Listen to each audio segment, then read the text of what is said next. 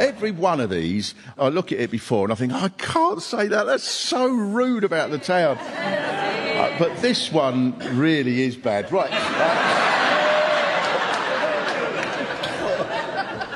Luckily, it's a place where there's never been a fight and no one's ever done boxing. Right.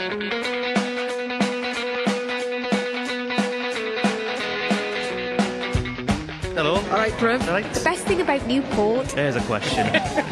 I've lived here all my life. Oh, love. It's got a lot to offer. We've got murals, we've got art, we've got the Transporter Bridge, The history of Chartism. Castle. the Roman... The amphitheatre. There's a local tramp as well that used to walk around with Dealey Boppers. Yes! A Newport band. Goldie Looking Chain. Goldie Looking Chain. The worst thing is we haven't got a Morrison's. Anthony Hopkins' Kiss My Mum. Oh. That's minging, that is. No one needs that in their life. We love being a rough city. We still enjoy coming out. Yes. It's Newport. I love it. Mark Steele's in town.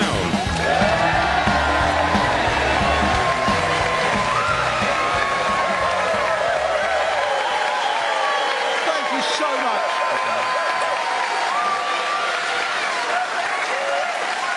Thank you.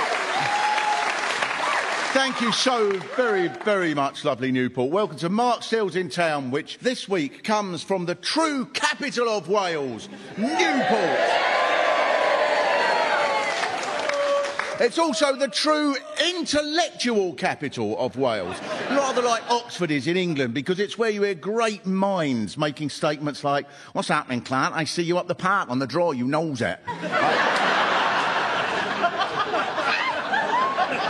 Because the beauty of Newport is this was once an industrial town full of the noise and grime and squalor of docks and factories, and now the docks and factories have gone, but somehow the noise and grime and squalor is still here, and that's an amazing achievement.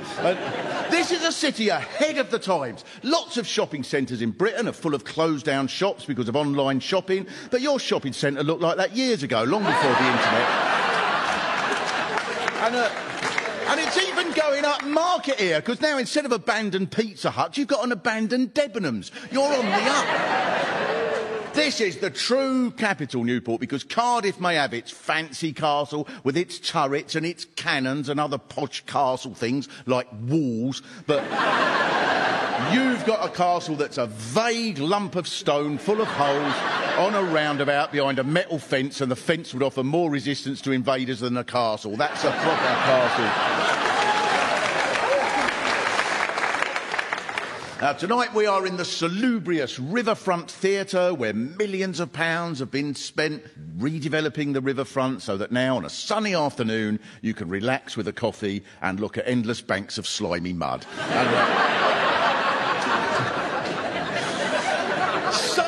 Someone was telling me how much they love Newport, and they love the community and the history and the music and all the things that we're going to come on to. And then they said, really proudly, "And we're the arson capital of the world." There's loads of fires. See, everyone's good at something. You don't need a castle to defend yourselves. People from Cardiff look and see smoke every day and go, "Don't mess about with them, they're bloody crazy." Another message I was sent, these are all from people in Newport, by the way, was from someone called Monsterlander, and he said, "I was once in the precincts there and a voice came over the tannoy. It was a security guard telling the kids he could see them stealing his bike." Now, this I can believe, because I went for a walk around all of the town, taken by the marvellous Sam, who runs the wonderful pub, Le Pub, which is a great music venue. And Sam loves Newport, and she kept saying what a wonderful city it is. And as we came back to Le Pub, there was a man with what I suppose were his wife and child of about 3 years old, and he was screaming, really going for it, and he went, "I'm going to punch a pigeon in the face. You going to watch me?" It was endearing. It was like a child going, "Watch me run up the stairs. Watch me do a star jump." The same principle, except he was 40 and he wanted everyone to watch him punch a pigeon. When Sam was showing me round, this is true, I'm not embarrassing her, she did this brilliant off-the-cuff speech about her love from Newport, and it went something like this. I love it here, I do. It's the greatest town with the greatest people you'll ever meet. You see that girl in the red skirt? She's been banned from the city centre. She's got a bloody nerve coming up here after what she did. You'll laugh. There was a bloke in here on Thursday. He had his ear bit off. He had 6 of them trained to restrain him. You see that bloke with the purple Mohican? He was in Fallujah once. He's a Buddhist now. Rescues cats from motorways. But there's much more to Newport than that sort of thing. A nurse at the Royal Gwent Hospital on the Cardiff Road told me that a man came in one Friday night as he'd been in a fight. So he was x-rayed and he was told, you've broken your wrist, so we are going to have to keep you here for treatment. So he said, if it's broken, I'm leaving. And the doctor said, no, if it's broken, then you'll have to stay. And the bloke said, no, if it's broken, it means I have to go and get revenge.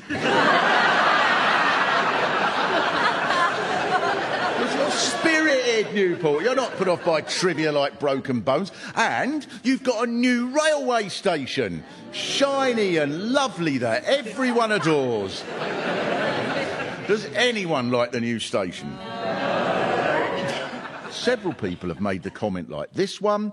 The wonder of our station is that from above it looks like a woman's reproductive organ. According to the book Real Newport, what you see as you come in depends on which side of the aisle you're sitting. There's either mud and Bridges or mud and Sainsbury's.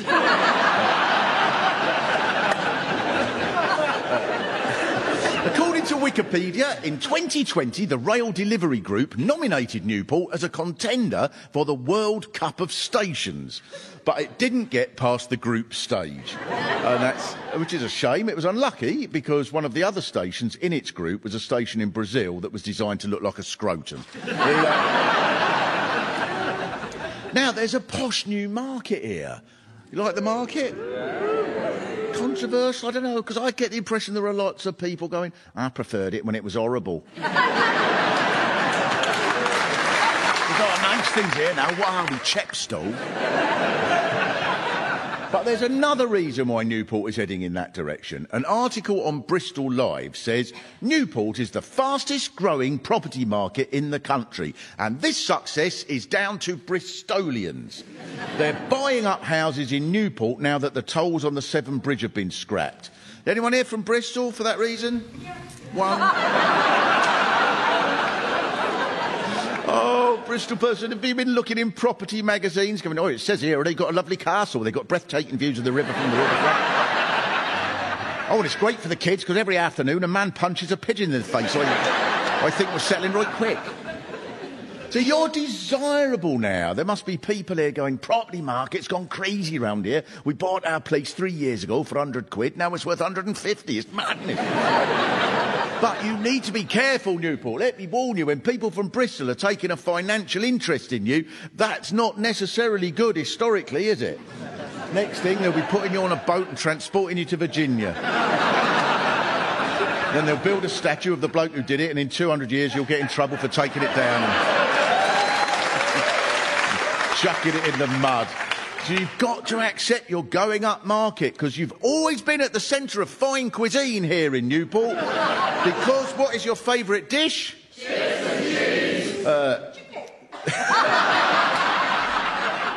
Chips and cheese and chicken. That's the Bristol person. Just as there are various regions of France where they prepare their steak in a particular way, served with local mushrooms and a local wine, here you insist on cheese with chips as the local delicacy. Not everyone agrees with how it should best be served. In one online argument I saw, one man wrote, Newport's finest cheese with chips is served with curry sauce and the most grated of cheese. And, do you prefer curry sauce with it? Gravy? Garlic sauce, someone. Beans, someone. Oh, OK, well, it's, this is obviously going to happen in an area of great culinary taste.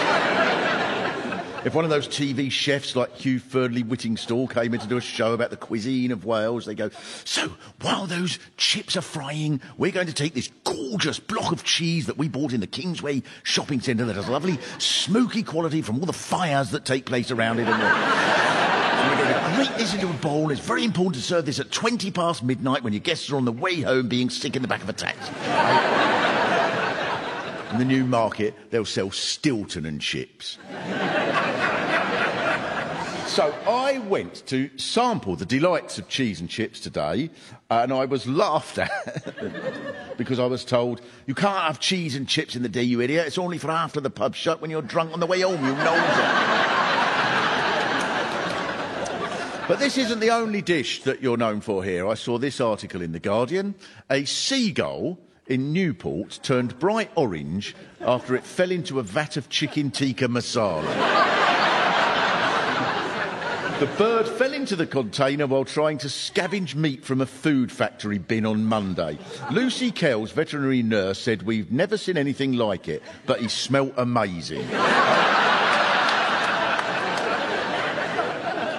The Real Newport book here explains the pigeons of Newport. It says, Newport pigeons are a breed apart. They patrol the bus bays like socially motivated rats, clearing up after the departed passengers prizing squashed chips off the pavement in a straight swap for squirts of shit. Are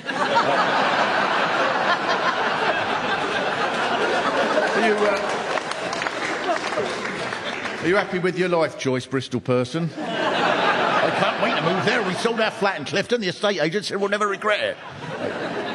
And there's a certain beauty here. So it's a town to a number of poets. Do you know the poet Paul Henry?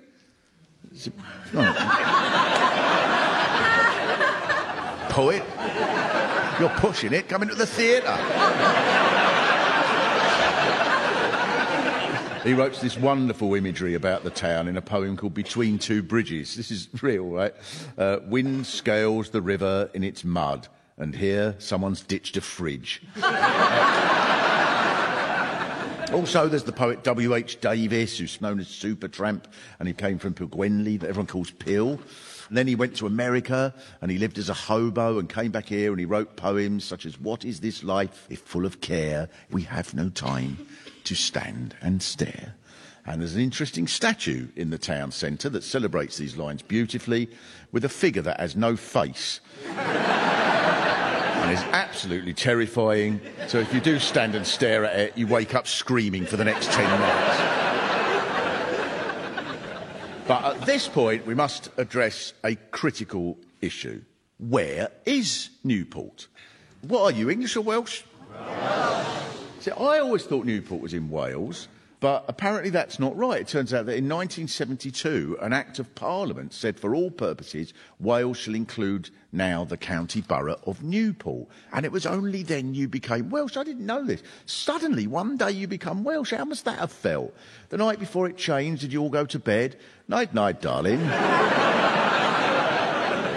And then in the morning, you all woke up. What's happening, Clark? I see you up the park on the draw, you know. Do many people speak Welsh? Yeah. You've got a Welsh accent. That's pretty much it. That's pretty much how language works. It's the same like for French. If you turn up and go, I've learned to say I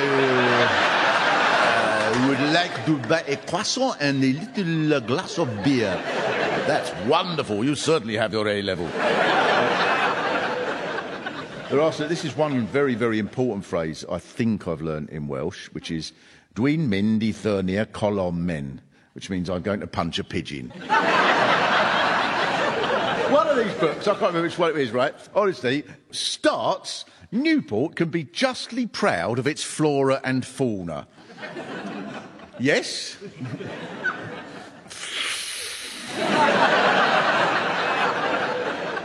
This is the sort of thing that could only be in Newport from Wales Online. It was high time gardeners did some weeding when cannabis was found in the council flower pot. About 20 plants could be seen sprouting from among flowers in 6 separate boxes in Newport city centre, half a mile from the city's main police station. Did you all know about the weed growing in the... Did everyone except the cops? The councillor was asked how they got there, and he said, it's either kids or the Newport underworld. I'm fairly sure it's not Alan Titchmarsh. And presumably this made the city more chilled out, and for a while you were all just going, oh, Look at the sheeps in the mud. Even more psychedelic than that, Newport, does anyone remember the crazy clock called In the Nick of Time? I've only ever seen it on YouTube. It's amazing. There's a film about it, and this is what I saw. It was made of steel and looked like a Roman building with all these columns, and then on the hour, the top just opened up completely, and then all these little men, skeletons would come out, little birds, goblins, devils, yeah. All the things you want from a clock. Goblins, devils, smoke, a monkey dropped down, and then a cuckoo would cuckoo the time, at which point you must have thought this thing was about to take over the world. And then one day, it just disappeared, and no one seemed to know where it had gone. And in the film, one man says, lots of people believe it wandered off and appeared somewhere else. I wonder whether the clock was ever there, but someone had put acid in the salad in the market.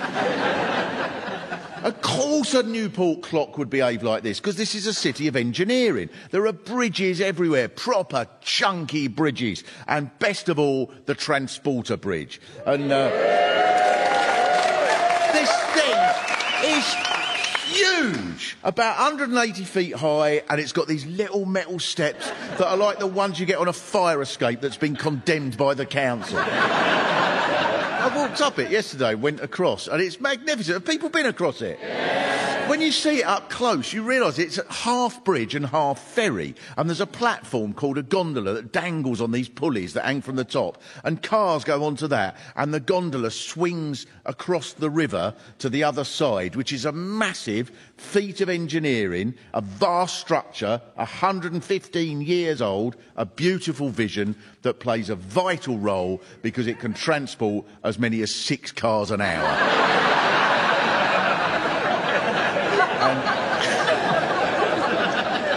And on a swinging platform, more complicated than it would be to arrange for elephants to carry the cars across. But also a footbridge, so you walk up 227 steps and then you creep precariously across the top on a floor that's wire mesh, so you can see straight through and the wind's swirling in all directions. You're thinking, surely it's safer to swim through the mud. This is what I read in the Newport book about walking across. At the top, it's like walking on the highest, longest cattle grid in Wales. The holes through which the River Usk is horribly visible are 4 inches by 2, and the metal looks peaky and thin. It is spectacular. So, I'm now very happy to speak to Gavin. Is Gavin there? Hiya. So you took us up there yesterday. Gavin, first of all, what is your role with the bridge? So I'm a community engagement officer, but I like showing celebrities around the bridge. Oh, I hope you get one soon. Do you know what? I was going to say the same thing.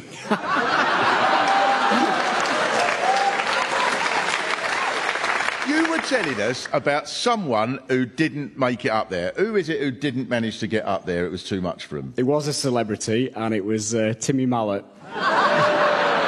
Timmy Mallet couldn't do it. And I've always been such a fan. I've never felt so let down. I also meant Martin. Is Martin here? He is, yeah. Martin controls the swinging gondola, and he is without doubt the most enthusiastic transport bridge operator I have ever met. You just say, hello, Martin, and he's off in a little room there with all this...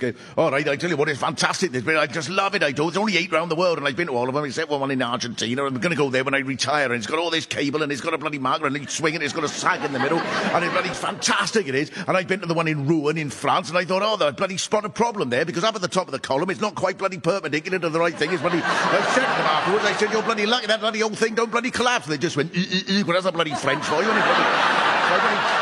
I tell you that, but anyway, you don't want to be building one of those things when you've been drinking wine at 5:30 in the morning, but that's bloody what they're like, isn't it? Anyway, that's bloody lovely. Anyway, I'll take you across again if you don't bloody mind. So, Martin, you clearly love these bridges, and that's true, isn't it, that you've travelled around the world looking at them? Yeah, that's right. And which is the best one of all of them? Ours.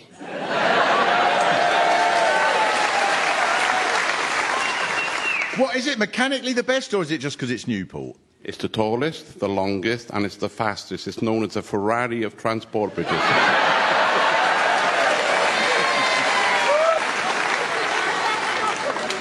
The Ferrari. You'll get Clarkson in there. This gondola goes 0 to 9 in only 4 minutes. One thing I've got to ask you, Martin, you told us this story that is so brilliant about something that you managed to put up on the top, which many people don't seem to know is there. Toilet.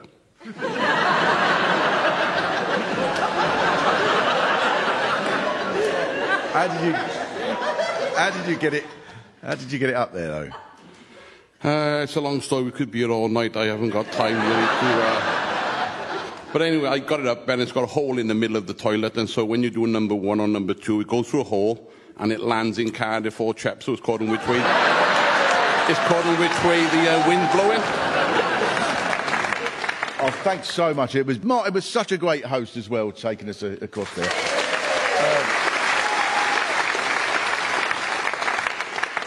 The transporter bridge is in the area of Newport known as Gwenley, or known as Peel.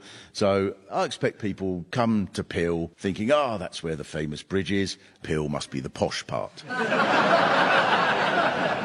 But it is well located for some local amenities. For example, there's a police station there that closed down and became a sadomasochist club. With a £25 entrance for the night. Did you all go to that? This is what it said in one of the articles. Prison cells are still intact in the club and are used by mistresses from across South Wales. People were beaten, walloped, kicked against a wall, and then it was closed down as a police station and became an S&M club. Cool. Right. Do people know the Peel Carnival? This sounds amazing. Everybody comes out, there are floats and a carnival queen, and one person told me, my ma says I love the carnival because it's the only time that me and my mates get stoned in front of our grandkids. I like it in Peel. I do. There always seems to be people outside talking, laughing, and there's obviously a very earthy element to it. And someone told me there's quite a bit of prostitution down my road. It's £3 for a blowy.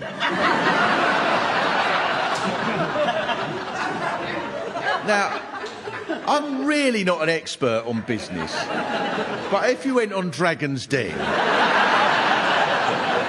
I don't see how you can make this a sustainable business. I'm sorry, I'm out. There are some high-class restaurants that I would recommend in Peel, such as the marvellous Fanny's Cafe, which has a marvellous sign outside all day that says Fanny's open, and exactly what you need when you've tiptoed across a wire mesh high bridge.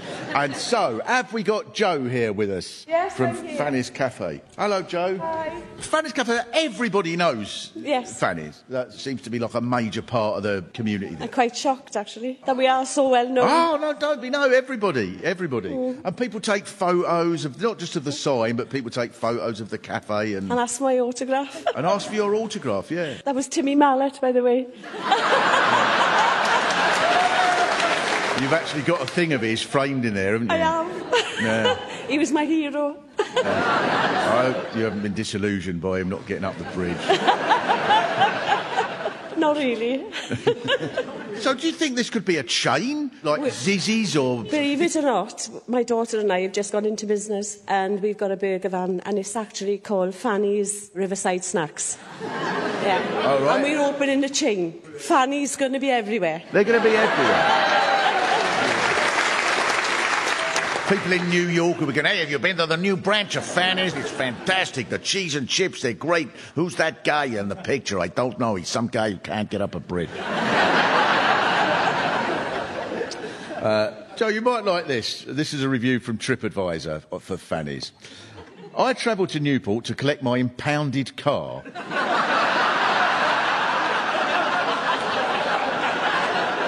And I stumbled across Fanny's Cafe.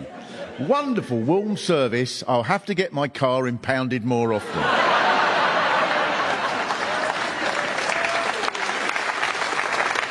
Peel has also produced some brilliant boxers, and one of them has a statue on the riverfront. Dave Bomber Pearce, who was known as Newport's Rocky because part of his training was to run up to the top of the Transporter Bridge. And if there's a film about him, a big moment will be when it goes da-da-da, da-da-da. I got further than Timmy Mallet. Bum, bum, bum, bum, bum, bum.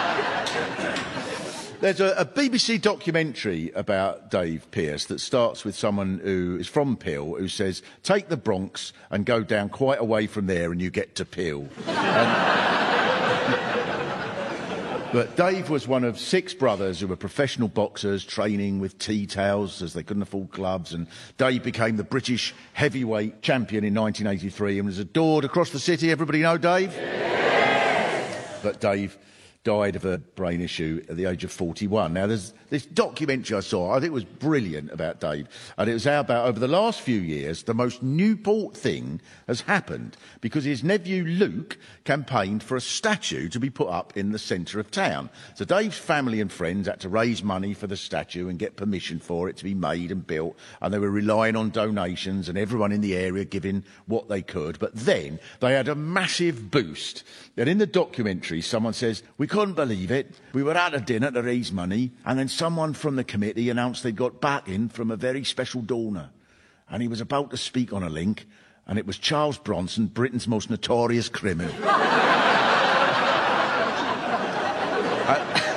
And there was Charles, and this was his speech, made from his cell. It's Charlie here, Charles Bronson. About that Dave Bomber Pearce. Well, I'm a big fan. He's a proper geezer, and we want that statue. Nah. And Charles Bronson donated artwork that was auctioned for several £1,000s, and I love how in the film everyone's going, Charles Bronson, can you believe it? If the surprise donor had been Elton John, they'd have gone, oh, we were a bit disappointed. So you all know the statue that's just outside here? And it's a brilliant, I love it, it's a brilliant statue with him holding up his belt, and it represents the spirit of Peel and all the people who gave a couple of quid. Brilliant, and I was very lucky to meet Luke, the nephew, who campaigned for the statue. And hello, mate. Hi, Mark, all right? If you meet Luke for 2 minutes, just the enthusiasm for the statue is brilliant, which is, well, it wouldn't have come about if it wasn't for you, I would have said, yeah? No, I'm very proud of Newport. I'm very proud of my roots. It epitomises who we are and what we're about from Newport. And when the council told me that it categorically can't happen and you'll have to raise the money yourself, that's when the true Newport spirit came out. And I just like the fact that we've got a statue there now that we can all be proud of, but also there's a charity that's supporting the advancement of amateur sport, and it's about others now and other people's stories, and we're promoting the likes of Craig Woodruff here, who came to us after being out the ring for 4 years, and now he's going to fight for the Lonsdale belt, something that hasn't been won by a Newport person in 40 years, and that was what it was about for me.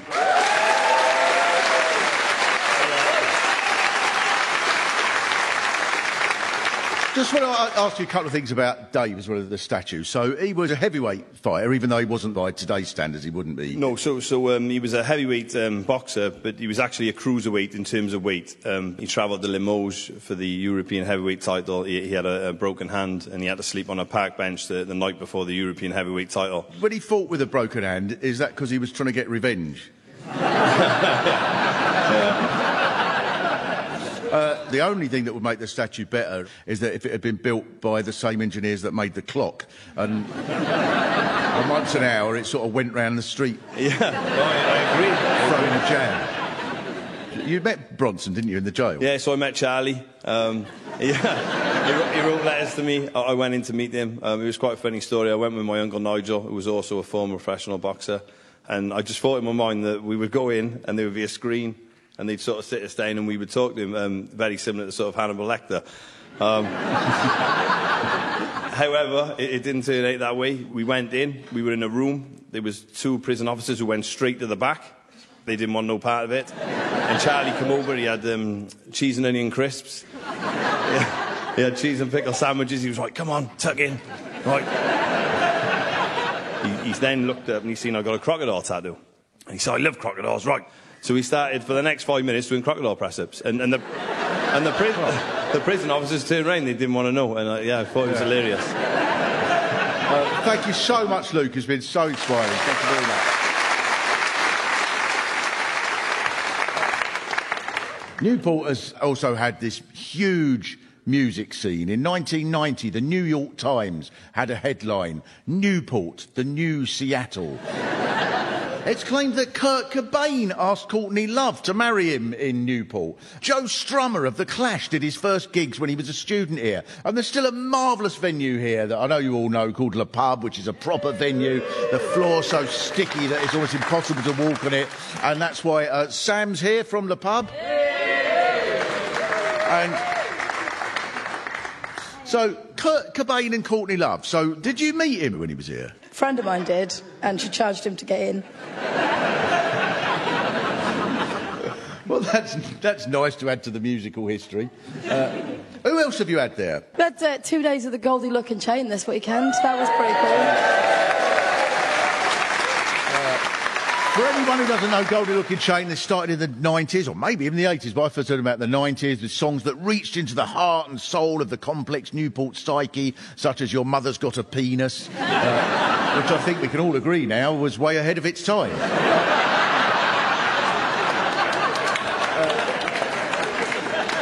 Songs like Pusher Man, a deeply thoughtful piece about the sensitivity of fathers who push buggies around the city, with powerful lyrics such as Up to Weatherspoons to have a few drinks, leave the baby outside 'cause his nappy stinks. And all brilliantly Newport. There are songs like Fresh Prince of Cumbrawn, and every song comes with a video of them at a classic Newport site. And so Goldie Looking Chain, I'm very pleased to say, or at least some of Goldie Looking Chain are here. Hello. Hello, is that Eggsy? All right, how are you? Hiya. So, first of all, Eggsy, so do people outside, because obviously you don't do shows only in Newport. Sometimes they let us out, occasionally. Yeah. So when you're sort of doing shows outside Newport, do people get the references? We didn't think they would, but it's funny when you go somewhere, you know, Scotland, Ireland, wherever, and people, I got a mate who shit himself as well, mate. You know, so it is quite funny. Outside of the UK, it's a little bit different. We did a show in Malmö in Sweden, and that was fantastic. 3 people, one of them was from Cardiff. The other 2 girls wanted their money back, but we gave them a seat. They both sat in front of us. We did the entire show, and then we gave them their money back afterwards. It's quite nice. Best show ever. Like, because you'd done Glastonbury, and it was really big. It was Guns Don't Kill People, Rappers Do. That got to number 3. Right? It was definitely number 1. We're straight to number 1. Big smash. Straight Out of Newport was one. Yeah, Straight Out of Newport was the American version of Greatest Hits. So Greatest Hits was our first album. Clearly they weren't the greatest hits. But to us they were, because they were the songs we'd been recording before anyone took any notice of us. So, and it looks good in a record shop when you've got an album that says Greatest Hits on it. Do Americans get the irony of it? We toured America and there were 6 Americans who got it. That's twice the following you have in Malmö. Not bad, eh? Right, I'd like to give a huge round of applause for Gold Looking Chain. I saw them about 3-4 days ago in Le Pub, which I think is the equivalent of having seen James Brown in Harlem in 1964. My night at the gig was made perfect because when I left, this huge bloke ran up to me and he just grabbed me and I thought, oh my God, I turned around and he just went, they wouldn't let me in. They said I'm too aggressive. And right in my eyes went, do you think I'm too aggressive? Well, I don't know, mate, I can't tell. Wonderful, it was the most perfect end. As this was such an industrial city, the history here is full of chunky lumps of metal and people firing things at each other. According to the book Secret Newport I've got there, in 1915, a sailor accidentally fired a torpedo at an Italian ship in Alexandra Dock, and the incident almost led to war with Italy. You've got so much to be proud of. The Times reported the problem wasn't just the torpedo, but the sailor had been heard to say to his wife and son, I'm going to torpedo an Italian ship in a minute. Do you want to watch me? It's still a centre of industry here. The dock may be a bit depleted, but there's a passport office instead. And this is one of the most popular offices in Britain. This is clever, you see. It's a huge boost to the tourist industry here, because no one normally wants to come on holiday in Newport. But as the office has a reputation, lots of people stay in a hotel the night before in Newport, as they know they're going to be there at the office all day. So as people are desperate to go and stay anywhere but Newport, they have to come to Newport to go away to somewhere else. It's genius. And one of the finest moments in your history is your relationship with Harry Houdini, the escapologist. I don't know if you know this story. He came for a week in 1905 to perform at the Lyceum Theatre, and he challenged the police to keep him in one of their cells. And an article in the South Wales Argus says, a huge crowd gathered in Dock Street behind the police station. The chief constable said he would keep Houdini locked up for 3 days. He stripped and entered the cell completely naked, with officers and reporters waiting at the end of the jail. 3.5 minutes later, he appeared fully clothed, opened the double-lock gates and greeted his fans outside. Because if he did that now, someone would say, "Oh, Houdini, you've wasted your money. You paid 25 quid to get in there." Now, the police were furious, but he came back in 1913 and promised to jump while fully chained from the Newport Bridge into the River Usk. And the police said if he did that, he'd be arrested. So he said, "Well, what's the point of that? I've already escaped from your cell." And then after that, though, he did attempt an escape that was too difficult, even for him, which was getting out of the traffic in the M4 tunnels on a Friday afternoon. And you also have an enormous place in British history, Newport, because this was where the last attempt at an uprising in Britain took place. Because in 1839, this was the centre of the Chartist movement that campaigned for the vote. And the Chartists were led by a man called John Frost, who was a tailor, who wrote radical songs. For example, there was his satirical verse about crime that he wrote, that went, "Muskets don't kill people, rappers do." Swords and cannon don't kill and maim, it's hip-hop in Prussia must take the blame. About 5% of adults at the time could vote, who were the richest 5%, except the women, who were excluded altogether. So the Chartists wanted the vote so that they could elect people who would understand their lives and improve their conditions. John Frost was aware that the government wouldn't grant the vote without a fight, so he recruited 3,000 Chartists and armed them with pikes, and between 8,000 and 20,000 Chartists marched from areas like Blackwood and Pontypool, probably stopping at Oggie's on St Thomas Square. 20,000 cheese and chips, please. And the authorities knew by now that the Chartists were attempting a rising, and the army made a base in the Westgate Hotel on Commercial Street. Now, normally, an army would defend itself in a castle, but there's no point in doing that here, is there? And the owners of pubs where the rising had been planned were arrested, and eventually the leaders were sentenced to death, but the government feared this could spark another uprising, so instead they were sent to Australia. Now, I think it's a measure of how much Newport people love this town that when some of you are sent to Australia, you see that as a bad thing. An old cheese and chips.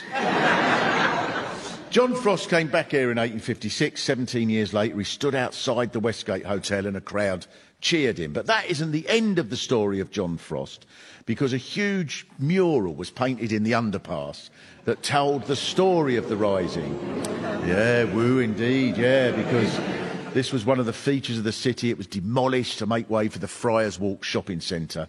Michael Sheen took out a page in the Argus. The Archbishop of Canterbury complained. But in the end, it did have to be destroyed, because otherwise there would have been nowhere to put a shut-down empty Debenhams.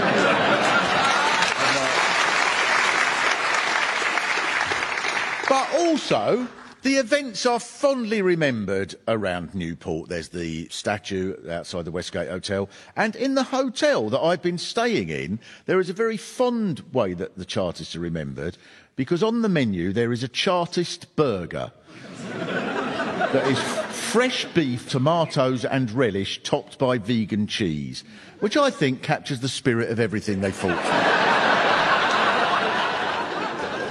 But it's very new. Newport, the whole thing, because it happened before the modern trade unions or the modern working class movement. It was ahead of its time. And that is you, Newport. You're ahead of the time. On the edge of the city is Caerleon. This is the area the Romans lived in. There are baths there and an amphitheatre. Some people complain there are no facilities in Newport. You've got an amphitheatre. And lots of people have told me it's a part of your heritage when you're a youth in Newport to have a snog and a grope in the amphitheatre.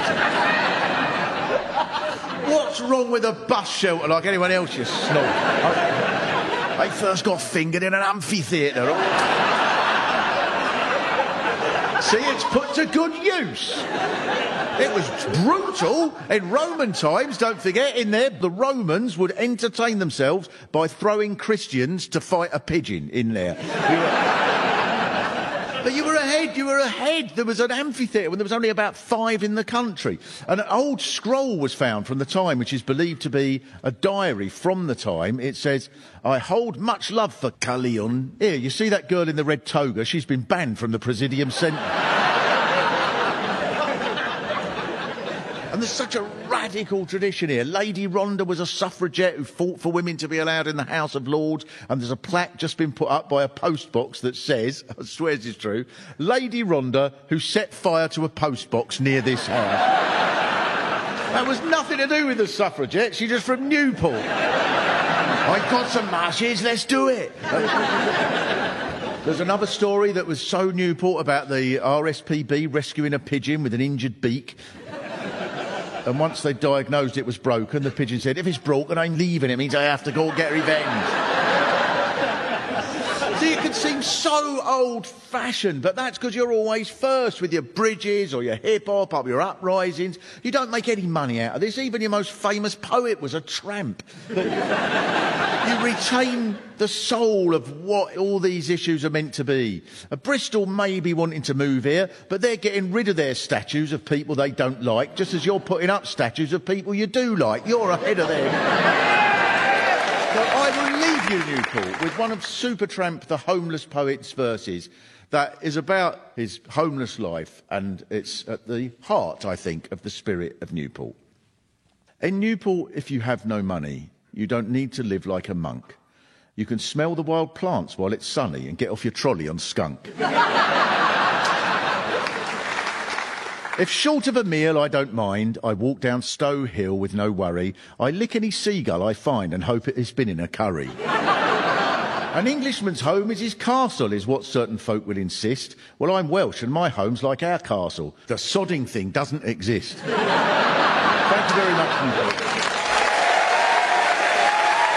That is magnificent. Someone's just brought me a plate of cheese and chips. How absolutely magnificent. Thank you, Newport.